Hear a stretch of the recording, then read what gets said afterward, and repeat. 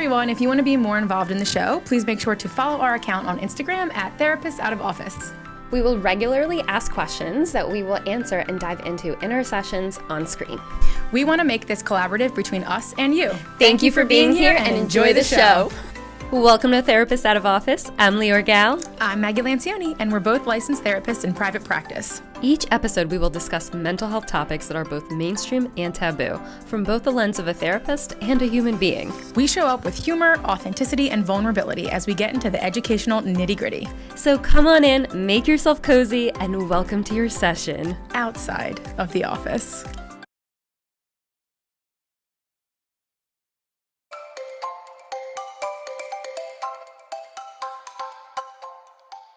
If you'd like to be a part of our community, ask us questions, be involved, laugh your tuchus off, and enjoy some hand-drawn art, don't hesitate to follow us on our socials, both Instagram and TikTok, at Therapy Gal for me, Leor, and at Therapy with Maggie LPC for me, Maggie, and our shared Instagram at Therapists Out of Office. Write a review, follow, subscribe, check us out on YouTube if you want to watch, listen to our podcast on most major platforms. We cannot extend our gratitude enough. Thank you all for being here and for being a part of this. We love you!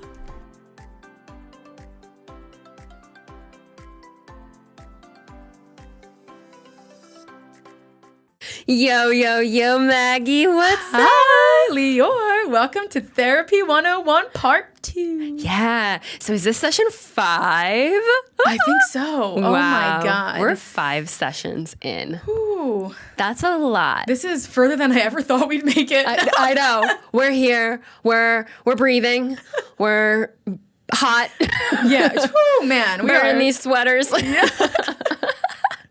Okay, so part 1 of this, we talked about how to know it's time to go to therapy, who therapy is for, what to expect with the intake, how to find a therapist, how to help people understand that therapy is healthy and normal. So normal. How do you get clients to talk when there's nothing to talk about, overcoming trust issues. We talked about what to do when therapy is not working. Yeah. We talked about styles, right? therapy styles, what we take notes on as therapists. So a lot of juice in that first one. Yeah. And going to be a lot of juice in the second one. Lots of juice. And I think if you just listen to the other one and you're listening to this one now, I think Maggie said something like, we're going to keep you guys hanging or like hanging on. I forget what you said exactly. And really our first topic is hangovers. And it all works out. A play on words. Yeah, right. Therapy hangovers. Therapy. Yeah, not the other types of hangovers. No. We do not want to talk about that. Nah. Just therapy hangovers. So what even is a therapy hangover? Yeah, so a therapy hangover is when you kind of feel like really sad or overwhelmed after a session is over and you don't know what to do with those feelings because for the most part you have to wait another week until you can see your therapist again. Yeah. Yep. It's that like slumpy feeling and like maybe even racing thoughts or just like what am I supposed to do now with all of this information that I just talked to my therapist about? And some people, and something that we didn't actually talk about is the frequency of therapy. Of do I see my therapist weekly, bi-weekly, or even monthly? Yeah. So if you're seeing your therapist bi-weekly for whatever reason, even if it's because you decided to or financial reasons, that's 2 weeks of not being able to talk about what you just processed in your session. Yeah. And I think a big thing is to have a plan in place with your therapist on what to do when you feel this way. Yeah. Like say I leave this office and I feel really upset still, or like a wound is freshly opened, or I just feel really overwhelmed or sad. What can I do? You can talk about those things. Yeah. And you can have a plan in place. I think journaling can be really helpful, writing things down, just having like, I don't know, we call it like a coping skills toolbox. It can be metaphorical or it can be tangible, right? There are things that you can utilize to help you calm down and feel more relaxed. So you can get a plan in place for when you feel this way. You don't have to just contain it or hold it. Exactly. And you're allowed to talk to other people in your life about these things. Yeah. You, of course, whatever happens in therapy stays in therapy. But if you want to share and you want to process this with somebody else and talk about it, that's totally okay. We always, in first sessions, we always talk about who's your support system. Who do you talk to outside of this? Because like we said, we're once a week, once every other week, once a month. That's all we are. And so because we don't really talk outside of session because of a lot of different reasons, which we talk about in Boundaries episode. But it's important for you to utilize, like Maggie said, the coping skills, the toolbox. Something that I also always say is write it down. Yeah. Right? Even if it's on the notes section of your phone, you don't need a notebook. Yep. And that kind of leads into like, how do you talk about hard things? And I think that's a great one, Leor. Write it down. For a lot of people, to talk about hard things in therapy is really hard. Because obviously for a lot of people, they haven't actually disclosed it before. Right. Or spoken about it out loud. And for a lot of people, writing things down can be really helpful. And also to remember, there is no timeline to when you have to say things in therapy. Allow them to come to you when you feel it best. Right? When you feel like you're confident or comfortable, or you feel like it's time, or you're ready. And you can even disclose to your therapist, there's something I want to talk about, quote unquote. There's something I want to talk about, but it's really hard for me to bring it up. Say that. And allow your therapist to be the support that they're there to be for you during that time. Yeah, it can be. They can say something like, okay, I understand that. What do you feel comfortable saying now then? Yeah. What are you feeling? We always, and I'm sure therapists get such a bad rep for this, but like, and how does that make you feel? Where do you feel that in your body? Yeah, where do you feel that in your body? Let's put a pin in that. No, but I really think that understanding the emotion, the feeling behind it can be as therapeutic as saying it out loud. It sounds like, I mean, the way I'm saying it now, it's like, oh, it's easy. I feel sad. I feel happy. I feel, no, it's actually so difficult. And I don't know if I do some psychoeducation around this in my sessions, but I always talk about primary and secondary emotions. Yeah, sure. And so to explain it to you guys in the easiest way possible, your secondary emotions are actually the emotions that you experience first. So that can be something like anger, happy, even sad. And the primary emotions are more vulnerable emotions. They are the emotions underneath the iceberg. Like lonely, confused, desperate, betrayed. Yeah. Those and those align with those primary emotions. My favorite example, and I'll go on a tangent here, but my favorite example is, and again, write to us, guys. We love to hear from you. But if you've ever experienced this, please let us know. But if you're ever driving and somebody cuts you off or somebody honks at you and you're like, hey, and you flip them off, or you like, if you're from New Jersey or Pennsylvania and you're honking like, that horn. Like full horn. Oh, yeah. But just don't do it in the cities because you're talking about their mother, their sister. You son of a... No. Yeah, no, literally, but right? What is that emotion? That's anger, right? But underneath that, what you're really feeling probably is startled, confused, humiliated, embarrassed, all those emotions that are making you react, right? It's like that reaction. So, or guilty for being late to what you're going to. Yeah, exactly. Yeah, and I drive like a maniac. You live in Philly. It's what happens. Yeah, literally. Yeah, you kind of have to blend in. But exactly. So talking about hard things, when we want to really go, like I said, underneath that iceberg, we can channel those emotions. Yeah. And especially with your therapist, they're going to be the first person to understand that, hey, I'm feeling something and I need to like talk about it. I need to get it out in some capacity. Yeah. No, for sure. Absolutely. Okay, so the next one. Is it unethical to speak to someone else's therapist? It depends. Yeah. A big thing is consent. Yeah. So if you as the client want someone else, your friend, your family, your doctor, to be able to speak to your therapist, you have to let your therapist know and sign a consent, a release of information, so that your therapist can speak to them and gather information from them and disclose information to them. So I have had clients, partners, boyfriend, girlfriend, mother, father, try to reach out to ask questions. And if I do not have a signed permission slip from my client, not getting that information. Yeah, and we even cannot disclose that we're actually working with you. Yes, yeah. So if, like we said, I mean, and I don't know about New Jersey, Pennsylvania, the age of consent. I think it's 14. It's 14 in New Jersey. so. It's 14 in Pennsylvania. Right. So the age of consent, if you are under 14, you know, we are able to talk to your parents. Right. That doesn't mean that we're spilling the beans and saying everything and, you know, anything under the sun that you tell us. No. But if you are over the age of 14, you can actually consent to start therapy yourself. And we cannot say a word. So even if your parent, again, unless we have a release of information, reaches out to us, we cannot answer unless you allow us to. Right. And if you are under 14, like Lior said, we give very minor, not super detailed information because trust is still important no matter how young you are. So we want our clients to know they can always trust us with information, that we're not going to go back to their parents and say everything that little Johnny talked about or how little Johnny hates you because X, Y, and Z. So we give very, here's what we're working on.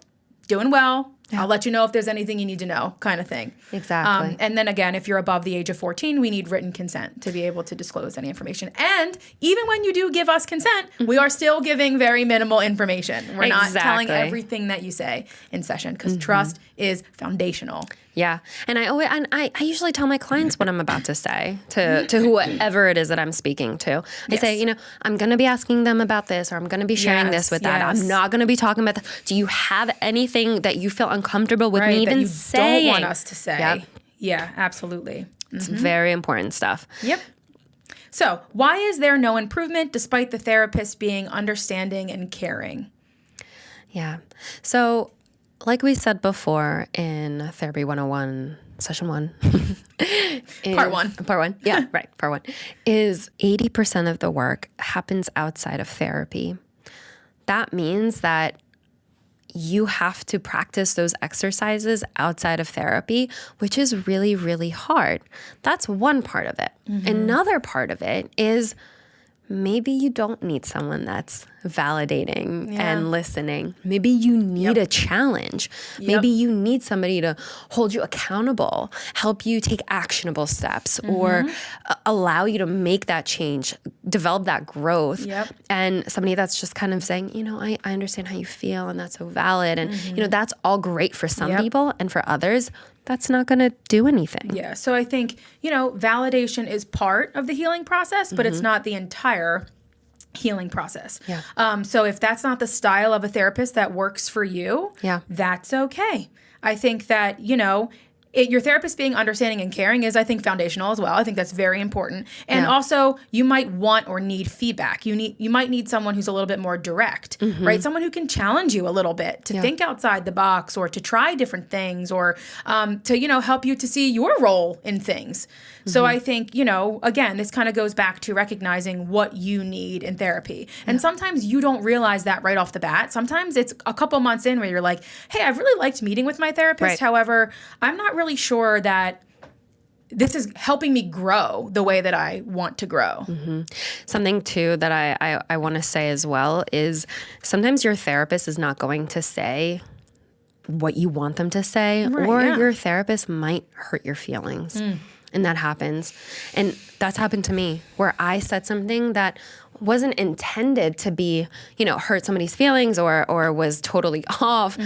And what's important is for you as the client to come to your therapist and say, hey, that actually didn't feel right to me. That hurt me. Yeah, that rubbed me the wrong way. Or can you elaborate more on that? I didn't understand it.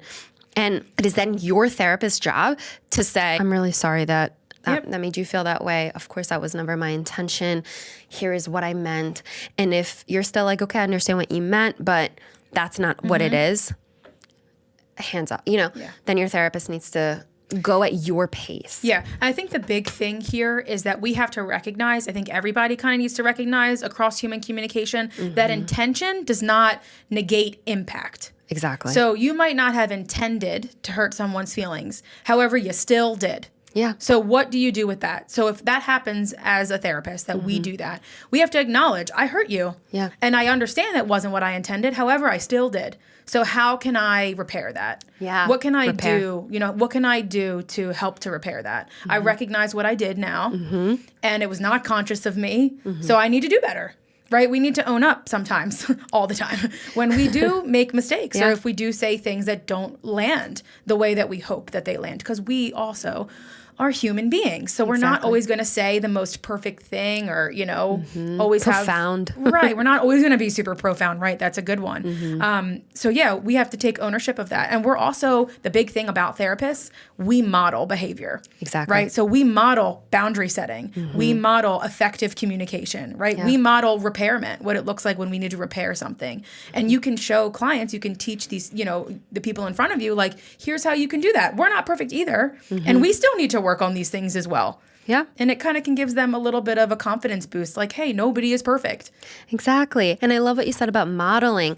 Hopefully, also talking about this with your therapist can help you outside of the therapy room, tell other people in your life, hey, that hurt my feelings, or hey, that rubbed me, that didn't land with me the way that maybe you intended it to. And that's the impact that it's having on me. And what not better to start this off with your therapist. Yeah, and exactly. I do not love when I hurt my client's feelings, but I love when a client feels comfortable enough to tell me, hey, Lior, what was said last week? Oh man, I don't know about that one. Like, let's talk about it. I'm like, wow. I literally say, wow, I am so happy that you are bringing this up right now. Thank you so much for this. Yeah. And that, again, models that behavior of, hey, it's okay. It happens. And I so appreciate, because what can happen, if not that, is a client will leave, right? Hey, they hurt my feelings. Yeah, obviously, the trust is gone. The trust is gone. Yeah. If it's constant and your therapist is continuing to say something that like really rubs you the wrong way, or not listening to you, or not, okay, maybe that's not the right therapist for you. Yeah. But if it happens once in a blue moon, and you guys have this good rapport, and this happens, talk about it. Yeah. Talk about it. Something that I always say to my clients, like a little caveat, is if I have like some kind of assessment or some kind of like something that I'm recognizing or noticing that I want to be able to like convey to my client, I might say something like, correct me if I'm wrong. This is how I see it. That's another thing that's really important, is that the client recognizes that they are not there to please us. Yes. They're not there to say, oh, you're right. Yes, of course. Like, and I think that a lot of clients do struggle with that. Like, I want my therapist to like me. Oh, yeah. So I'm going to say and agree with what they say when you might not really feel that way. I'm laughing when you say I want my therapist to like me, because it's also, I'll have clients, and I've done it myself, that will come in the next week and they're like, you're going to be mad at me. And I'm like, why? Oh, yeah. I'm not mad at you. Yeah, I'm just disappointed. No. I'm just, I want, I'm on this journey with you, and I want the best for you, and I want you to succeed, and I want you to be the best version of, but that doesn't mean that it's going to be so seamless and so easy and so magical. Right. Of course, you're going to have times where you're going to come in and you're going to be like, hey, Lior, I didn't do the homework assignment that you asked me to do. Or, you know what, I didn't have time for that. Or I really don't like journaling. Or I don't. That's okay. We're not mad at you. We just say, all right, that didn't work. Yeah. Or let's talk about it. What happened? Yeah. What happened? Right.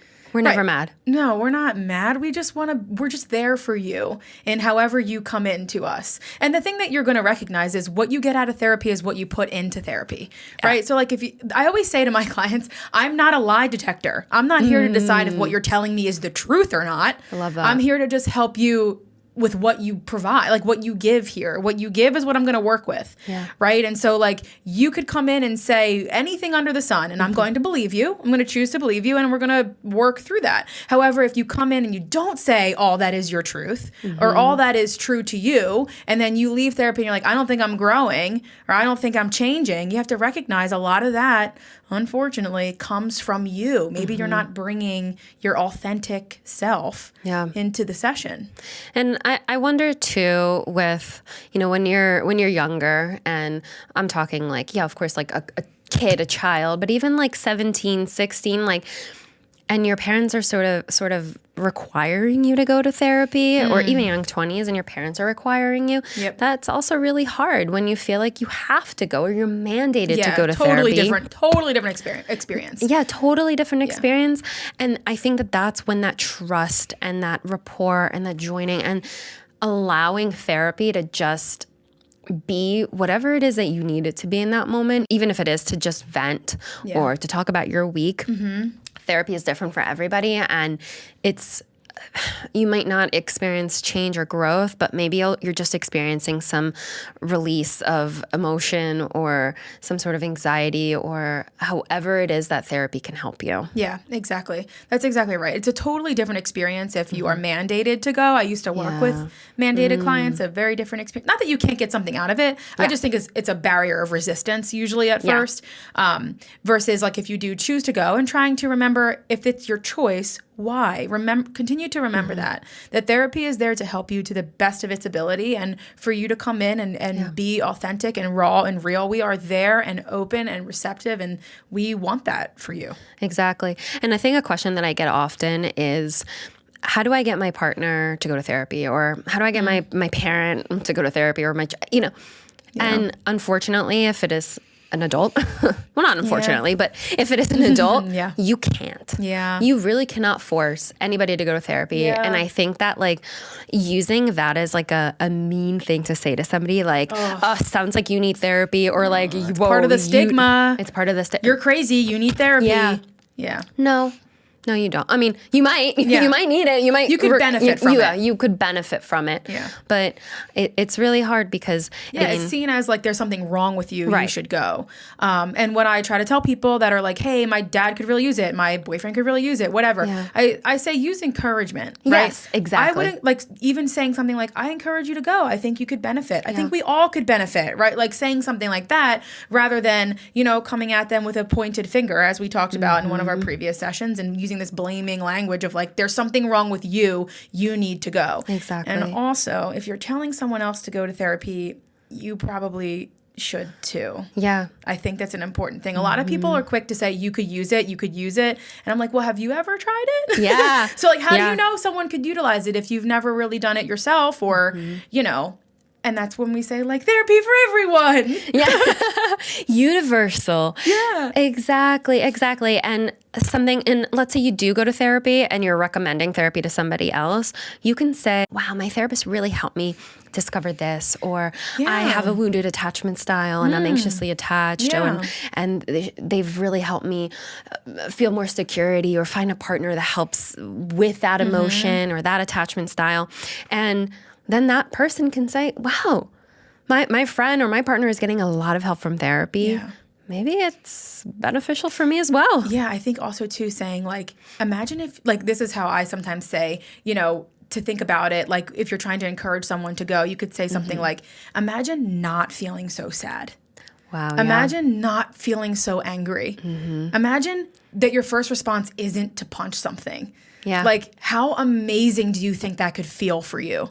Exactly. Right? Like, open up the door of possibility for them. Imagine not feeling so anxious about going to a party with your friends. Imagine enjoying that party. Yes. Right? Like, that is, I think, allowing them to expand their mind to say, wow, that could feel amazing. Like, I really would love to feel that way. Yeah. And be encouraging. It's an encouraging way to tell someone they could benefit from therapy. Exactly. And I think a lot of the times, or at least what I see in my clinical work, is we feel that we're so alone in something, and we're like, nobody else experiences this. And I know, and you're speaking to a therapist, and 9 out of 10 times I'm like, oh, yeah, that's pretty normal. That's pretty common. Oh, for sure. Or I felt like that too. That's, you're not alone in this, and not to devalue their experience or take it away, but to just say like, and I really think that social media, especially TikTok, which I have a love-hate relationship with it. Me too. But especially TikTok, I'll see videos and it'll be something like really weird, like how you're holding a pencil or like how you're typing or how people respond, you know. Yeah. And I'm like, oh my gosh, I do that too. Yeah. I didn't know other people did that. Yeah. And it's just, I don't know, I feel like it's nice to kind of... Sometimes social media is tough because it can kind of over-pathologize a little bit. Like, yes. You know, so take everything that you see on social media with a grain of salt, go to your own therapist, get your own assessment, because I think a lot of what we see on social media, a lot of people, mostly everyone, can fit into a lot of these boxes. Yeah. So keeping that in mind, keeping an awareness of that. Yeah, exactly. I think more like if you put on your pants a certain way, like that's funny and that's relatable and you can, you know, but if it's the, hey, here are 5 things, like put a finger down if you, and then at the end it's like you have, you know, anxiety. And it's maybe you have anxiety. Maybe you don't. Maybe. I did a highly sensitive person one, the put a finger down thing. And I was like, yeah, this is 100% me. As if I already knew that information. Yeah. However, I think a lot of people let me backtrack. Social media can be great for spreading awareness. Yes. And I think it can be great for people to recognize, I do that. Let me get an assessment. Rather than just diagnosing yourself with something. Exactly. Go to a professional and get an assessment and say, this is what I recognize. I relate to a lot of these things. And is this me? Is this something that, you know, I fit into this box? Exactly. Right. So it's great because it does spread a lot of information. It does give a lot of signs and symptoms that a lot of people might not be aware of. However, it can over-pathologize. So keeping that in mind in regards to social media. Exactly. Great disclaimer. Yeah. Okay, so next question. How do I tell my therapist after 2 years I need someone new? How to, quote unquote, break up with your therapist? How do I know if my therapist isn't for me? Yeah. So breaking up with your therapist. I actually, you know, there are a few clients of mine who before coming to me have said, well, I haven't broken up with my therapist, my current one yet, but I want to come and see you, and I don't know how to do that. Yes. So this is definitely something that I think is hard for a lot of clients to do, is to say, I really like my therapist. So it's 2 different stories, right? If you don't like your therapist and you want to leave them, maybe it feels a little bit easier versus if you do like them, but you think you've outgrown them. Yes. Just like you can outgrow friendships, like we talked about in the friendship episode, right? So what do you do from there? Right. I think if you're feeling like you've outgrown them, I can bet that your therapist probably will agree with you. Your therapist can pick up on these things, and 2 years is a long time. Yeah. You know? Yeah, for sure. Yeah. Can you be with the same therapist for years and years and years? Yeah, absolutely. Can they be helpful and helpful and helpful? Yes, absolutely. And sometimes you gain what you gain and you need a new perspective or maybe a different type of therapy like we talked before. And so something that I always say, and look, we get it. Me and Maggie get it, and she has no idea what I'm about to say, but I'm sure she gets it. I get it. She gets it. We don't want you to ghost. And we understand that sometimes ghosting is the only thing that feels right for you in that moment. Yeah. And if that's what it is what it is. But you're entitled to sharing exactly why it is you're looking for a new therapist or why you'd like to terminate or why you're ready to, you know, end therapy. And that's great. Have you ever been ghosted? Yeah. Yeah, me too. Oh my gosh, One actually hurt my feelings. Yeah, it does hurt our feelings. It's so sad because, first of all, we're human beings and we're going to say, is it me? Did I say something? Yeah. Or it's like, oh man, like, I hope they're okay. Oh my gosh, if a client ghosts, then sometimes I'm like, are they okay? Oh, that's exactly right. Yeah. Scariest feeling for me. I'm like, what happened? And there's really nothing that you can do to ensure their safety. Exactly. Yeah. Nothing, especially if they're an adult. Yeah. If they're a kid, we can call the parents. Right. Under the age of 14. Right. If they're not, then we don't know. Also, if you had no fear of their safety. Yes, exactly. Like my client, I had no fears. It was just, you know, stopped scheduling and that was that. And so you definitely want to be able to have the conversation, but if you really truly cannot, you don't have to appease us. That's okay. If you need to go, you know, you can also just write us an email.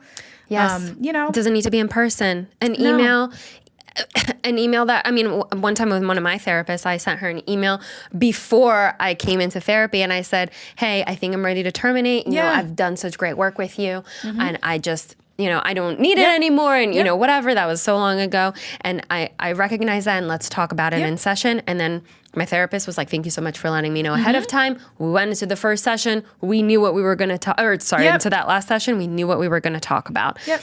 And that was so helpful. Yeah, and I've had the same conversation with clients around like going from weekly to biweekly and going from biweekly to monthly. Some with a little more hesitancy, right? Because I think too, even from our end, we can say, I think it's time to terminate. Or we can say, I think it's time to step down to every other week or to once a week. And sometimes clients will say, wait, I'm not ready. Right? I'm not ready. And it's, it's a balance of us saying like, okay, maybe not once a month. Let's do every other week and see how that feels, right? And then we'll see, go from there. And it is a collaborative thing, for the most part, because we work as a team.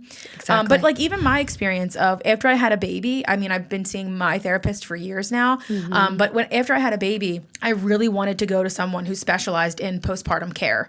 And so I had told my therapist, hey, I really want to go to someone who specializes. This isn't what you specialize in, and that's fine. And she was like, oh my God, absolutely. I want that for you. Right. So for the most part, hopefully I can say this across the board for all therapists, we want you to do what's best for you. So if you came to me and you said, I don't know, like I'm struggling within my marriage with infidelity, and I'm like, oh man, that's not something I specialize in. I would say like, do you want me to try to help you find a referral for a couples therapist? Yes. That specializes in extramarital affairs. I would love to help you because I don't want you to stay with me just for the sake of staying. I want you to get what you need out of therapy. Exactly. So how do you know if your therapist isn't for you under that lens is if they're not looking out for you, or they're making you feel really bad over and over again, or they're not listening, or they're not paying attention, or you notice them being really distracted in your sessions, or they're not holding good boundaries, or they're being inappropriate. These are all really great reasons to know that this therapist is not for you.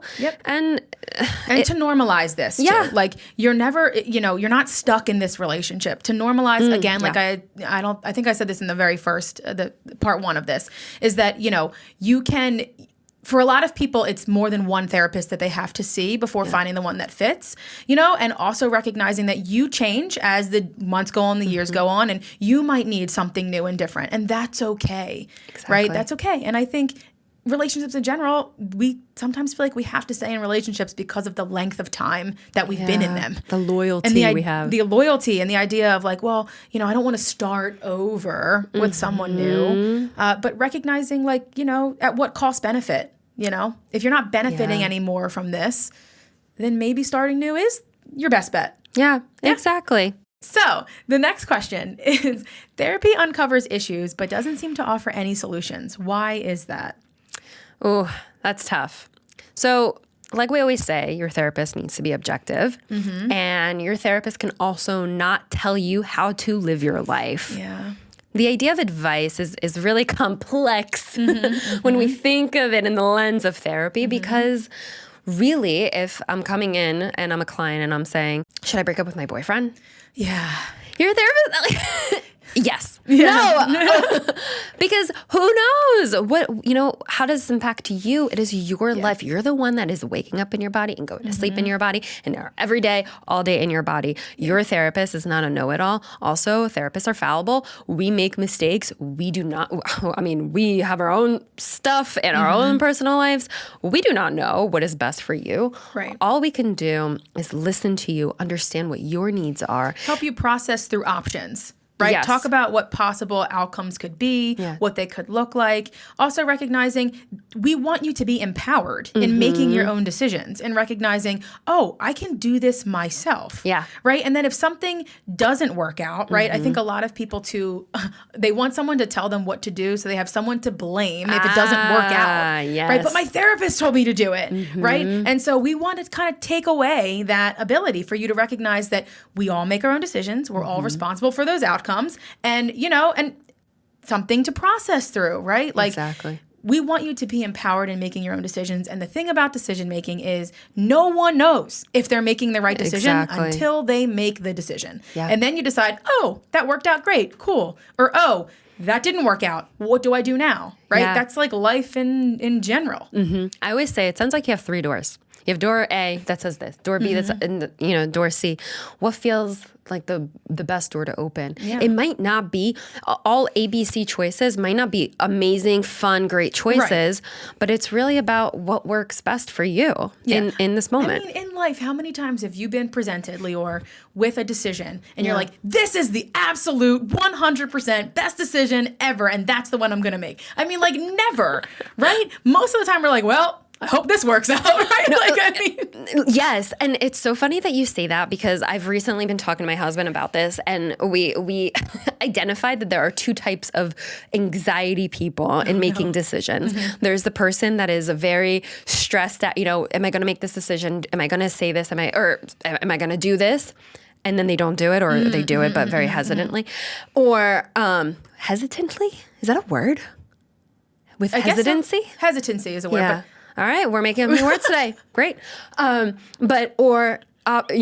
number two that has the anxiety, but is just like jumping in, and when they're in it, they're like, fudge. Yeah, I'm in this, and I'm person number two. I don't know what kind of person you are. Probably a little bit of both. Oh, really? I'm probably a little bit of both. There are some things that I get, really hesitant about, and I'm like, maybe not. Like, I think I said this in a previous episode that my grandmother always told me, when in doubt, don't. Yeah. And sometimes if I sense a lot of doubt, I don't. I just don't do it. But sometimes the doubt comes in, and I decide we're not going to listen to the doubt today, and we're going to do it anyway. Yeah. Elise Myers, I don't know if you follow her on TikTok. Yeah. But she's like super sweet and inspirational and all those things. And one of her videos had said, like, people always ask me how I do things when I'm so scared or something like that. And she said, I just do them. I do things scared. Yes. And I think that that's me. I do things scared a lot. Yeah. I kind of, so, we're all kind of different in that regard, I think. Exactly. It's a challenge. Either way, it's a challenge. It doesn't matter how you go about it, but everybody experiences that doubt. And it's about pushing through. And also, if it's dangerous, I mean, I don't do dangerous things. Right. I did jump out of a plane with a parachute, obviously. I did skydiving. It was not for me. All right. But you did it, and that's incredible. Yeah. I wouldn't do it again. But my sister did it, actually. Oh, really? She went skydiving. She loved it? Yeah, she's crazy. I loved it, but my stomach couldn't handle it. So to move on, yes. Can I ask my therapist about their life? I would say no. Yeah. I mean, it depends. I think it depends. Yeah. Because I do think that a lot of times, like, again, like the client wants to see the therapist as a human being. Yeah. And to know, like a lot of, so like I work with a lot of perinatal mental health, clients, and they want to know, like, did you have trouble conceiving? They want to know, have you been through IVF? They want to know, do you have any children, right? Like, what qualifies you to be able to help me with these things? And so, that is where it's like, it's up to my discretion whether or not I feel comfortable having those conversations. But I think for a lot of clients, that is where the foundation of trust is built. Exactly. I think if it's more of like, how's your day? Or like, oh my gosh, do you also get into fights with your mom? Yeah, or it's more of those like really personal questions where it honestly doesn't matter. Yeah. And you have 50 minutes. Those 50 minutes, they deserve to be just for you. Right. But like Maggie said, do therapists self-disclose? 100%. Yeah. I think a lot of us do. Yeah. Right. When appropriate. Because again, like, you want them to know you can trust, there's trust here. We can have these conversations. Like, if somebody asks, how was your holiday? It's okay to say, it was great. I ate a lot of turkey. You can, we're not, I guess some therapists are, but we're not going to be like a blank slate. Like, exactly. Why does that interest you about my Thanksgiving? Like, some therapists try to, completely derail that and say, I'm not going to answer any personal questions. And for some clients, that's fine. And for some, they're like, I feel like I'm talking to a robot. Yeah. Right. So, again, it's up to you. But you can ask us questions. It's really going to be us that determines whether or not we think it's appropriate. Yes. And sometimes I think for clients, it could be they're trying to avoid talking about their own stuff. So if I do find it as like a pattern for some clients, I might bring that up. Like, you've been asking me a lot of questions about me lately. Oh, yeah. And that's, I think, also lends to like our style, my style, I should say, a little bit more direct at times, right? Like, I don't mind calling some things out on the carpet, and I'm not going to be a jerk and be like, all you do is ask me questions about myself. But I might say something like, I'm noticing this. I'm noticing you're asking me a lot of questions about myself lately. It's, yes, and I fully agree with you. And I'm kind of laughing a little bit because whenever I don't know how you start sessions, I've always been told, do not start a session saying, hey, how are you? But it's also just Yeah, rolls it's so off the yeah. tongue. Yeah. And then my clients will be polite and they'll say, I'm good, how are you? Yeah. And I every time. It is so funny to me. I don't know why. I'm like, it's not about me. I'm kidding. I don't respond like that. But in my head, I'm like, I'm good. Like, am I good? Yeah. What do I say? Right. Oh, I'm tired. Oh my gosh, I'm tired. Yeah. But like, I always freeze and it's so funny. Yeah. I don't know why I do it. I don't know. I feel like, hey, how are you is fine. It's just like the beginning opener. Typically speaking, like we might say, hey, how are you? Good. How are you? I'm doing good. It's good to see you. Like, good to see you too. And then you can go into your agenda. Like, last session, I know we were going to talk about X, Y, or Z. Did you still want to talk about that? I just feel like the hey, how are you isn't really how it's like starting. I feel like it's just like a pre-start to the start, if you know what I mean. Yes. So another thing that really cracks me up about this whole hey, how are you thing is I'm not American. I was not born in America. I moved here at a pretty young age, but enough to... Fun fact for anyone who didn't know. Yeah, fun fact. To understand different cultures. And the hey, how are you is a very American thing. And there are like, if you guys didn't know, there's like parodies about this in many countries, European, a lot of countries make fun of this because you think, hey, how are you means somebody wants to know how you are. Yeah. But really, the answer is just good. Yeah. And right, I know. My family would always joke, like, what if, like, when you walk into a store and someone's like, hey, how are you? Like, my dog died and my uncle threw up on me. I don't know. What? But exactly. It's the first thing that came to my mind. My uncle threw up on me. I don't know. Do you want to talk about this? Exactly. But, we talk, we ask this question and it really doesn't mean anything. So I think for me, it's like this like weird, like. It's so true. I don't know, like disconnection. Like my robotic brain is like, hi, how are you? I know. And it's like, good, how are you? Yeah, exactly. That's the problem. We shouldn't be asking that question just like so like lax, right? Because it is like a very deep question and we do feel so pressured to just say like, I'm fine, how are you? Yeah. How about like, hey, what's going on? Yeah. Hey, welcome to the store. Like, hey, good afternoon. Yeah. Like, just like, why do we have to ask how someone is? Yeah. Hey, how are you? God, I know. Oh my gosh, thank you for asking. No one's ever. It's like, oh my God. I know. So, anyways, that's a little side note. Yeah. Okay. So, next question: is it normal to avoid talking about things in therapy? I thought I should want to talk about all the things. Yeah, I guess it's normal. Yeah. The question is, what are we avoiding? Right. Though? Yes. Yeah. Because that's what the person said when they submitted this question. Is it normal to avoid talking about things in therapy? I think it just depends. I think for a lot of people, we do typically, a lot of us do have really hard things that have happened in our life. And it is normal and natural to want to avoid talking about those things because they're really hard. Yeah. But this kind of just goes back to time and the ability to, feel as though you really trust your therapist. Yeah. If you find yourself continuously avoiding, you can, again, this is what I say. So many people already have the answer. They just don't realize that they have the answer. So I would say exactly that to my therapist. I'm avoiding talking about something with you. Call yourself out, right? Because this is the area of growth, of change. Like this is the place to do it, is in that therapy room. Yeah. I'm avoiding this. And allow your therapist to help you navigate through that. Yeah, exactly. And they will. Oh, sorry. No. I'm cutting you off. No. Steamroll. Listen to episode about friendships and steamrolling. That is what Maggie's doing to me. No. Steamrolling we were. But you're right. I want to jump in because I fully agree with you. You got to talk about it. It always boils down to communication and what not better than to communicate it with your therapist. Right, exactly. And again, like I don't want you, if this is something that you find yourself doing in therapy is like avoiding talking about the thing, there's nothing wrong with you. It just means that it's hard. It's something that's really hard for you and that's okay. And to call yourself out, I'm avoiding this, therapist, and I don't know what to do or why I'm avoiding it or how I can get past it, and allow your therapist to do their work. Exactly. And help you through that. Yeah. So the very, very last question is, how long can you stay in therapy for? Yeah. As long as you want. Forever. You ever see SpongeBob? Yeah. Forever. Yeah. It's like 20 years later. Wow, that was really good. Was it? Yeah, I'm impressed. Good in accents. Yeah. As long as it works for you, you could stay in therapy. Yep.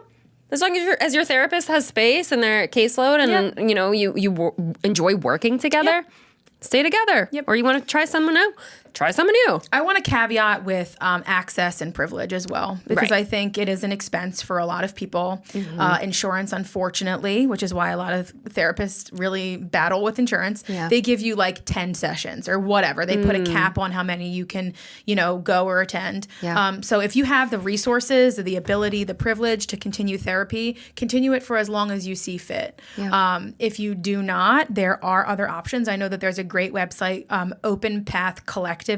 So we'll put all that in the resources for you guys. So openpathcollective.org has therapists that fit within your financial needs. But I mean, long story short, like, yes, you can go for as long as you see fit, as long as feels beneficial to you. Maggie is tired. Maggie woke up at 6 a.m. and I woke up at 9 a.m. I know. I don't want to talk about it. I was like up for 3 hours and I was like, hey, Lior, how you doing? And you're like, oh my God. An hour later, oh my God, I'm just opening my eyes. Must be nice. You know what? When the holidays drain me. I know. Well, okay. So thank you all for being here, for listening, for tuning in. We will see you next week for session 6. Crazy. Ooh, we love you guys. You guys have been the best. Speaking of support, you guys are what makes this real and what drives us. And we have so much fun and we love each other, but we love you guys even more. We couldn't do these sessions without you. Like you all give us such amazing feedback when we put these question boxes up. And you gave us 2 sessions worth of content here for a session that I was like, therapy 101. Who gives a crap about that? What are we going to talk about? There was so much meat and potatoes here. So thank you all. As always, we want to hear your feedback. We want this to be collaborative between us and you. And, you know, we're here for you. And thank you for being here. Thank you so much, guys. See you next week. See you next week. Love you. Bye.